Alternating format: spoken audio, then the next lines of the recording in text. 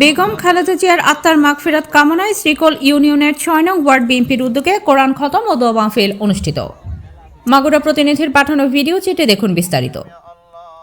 মাগুরা শ্রীপুরে শ্রীকোল ইউনিয়নের ৬ নং ওয়ার্ড বিএনপির উদ্যোগে বিএনপির চেয়ারপারসন ও তিনবারের সাবেক প্রধানমন্ত্রী বেগম খালেদা জিয়ার আত্মার শান্তি ও মাগফিরাত কামনায় কোরআন খতম ও দোয়া মাহফিল অনুষ্ঠিত হয়েছে। এই উপলক্ষে ৩রা জানুয়ারি শনিবার বিকেলে শ্রীকোল ইউনিয়নের টুপিপাড়া ঈদগাহ প্রাঙ্গণে আলোচনা সভা, কোরআন খতম ও দোয়া মাহফিলে প্রধান অতিথি হিসেবে উপস্থিত বক্তব্য রাখেন মাগুরা ১ আসনে বিএনপির মনোনীত প্রার্থী ও মাগুরা জেলা বিএনপির সদস্য সচিব আলহাজ মনোয়ার হোসেন খান।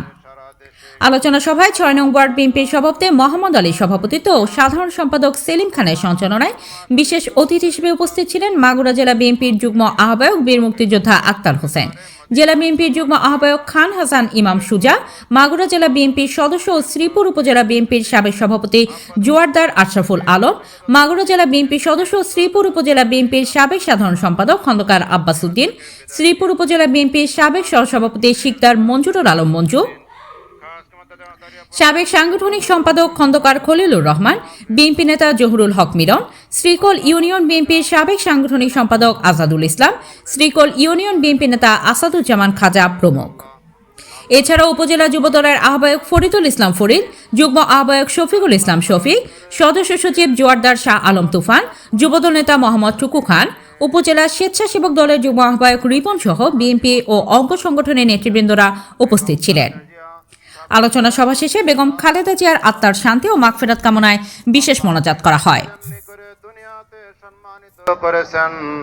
আল্লাহ কবরের জিন্দেগিতে আল্লাহ আপনি তাকে আপনার আরশের মেহমান বানিয়ে দিন আমার আল্লাহ। আল্লাহ জান্নাতের সর্বোচ্চ মাকামে তাকে দান করুন আল্লাহ। আল্লাহ তার উত্তরসূরি যারা আছে বাংলাদেশে, আল্লাহ বর্তমানে তার সন্তান তারেক রহমান, আল্লাহ তাকে আপনি হেদায়েত প্রদান করে দিয়ে তার দ্বারা আল্লাহ বাংলাদেশের খেদমত করার সেবা করার তৌফিক দান করুন আল্লাহ। আল্লাহ আমাদের মাঝে উপস্থিত হয়েছেন আমাদের মনোয়ার ভাই, আল্লাহ উনিও বাংলাদেশের জন্য অনেক জেল জুলুম খেটেছেন, অনেক নির্যাতিত হয়েছেন, উনি মানুষের জন্য কাজ করেন। আল্লাহ উনি যাতে ভালোভাবে নির্বাচিত হয়ে আল্লাহ মানুষের সেবা করতে পারে, সৎভাবে অন্যায়ের বিরুদ্ধে প্রতিবাদ করতে পারে, সেই তৌফিক আপনি তাকে দান করুন আল্লাহ।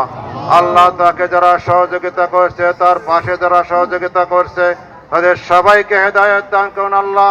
আল্লাহ সুন্দর বাংলাদেশ করার জন্য ওনাদেরকে আপনি কবুল করেন আমার ওয়াজাল আখির কালামিনা ইনদাল মাউত লা ইলাহা ইল্লাল্লাহু মুহাম্মাদুর রাসূলুল্লাহ।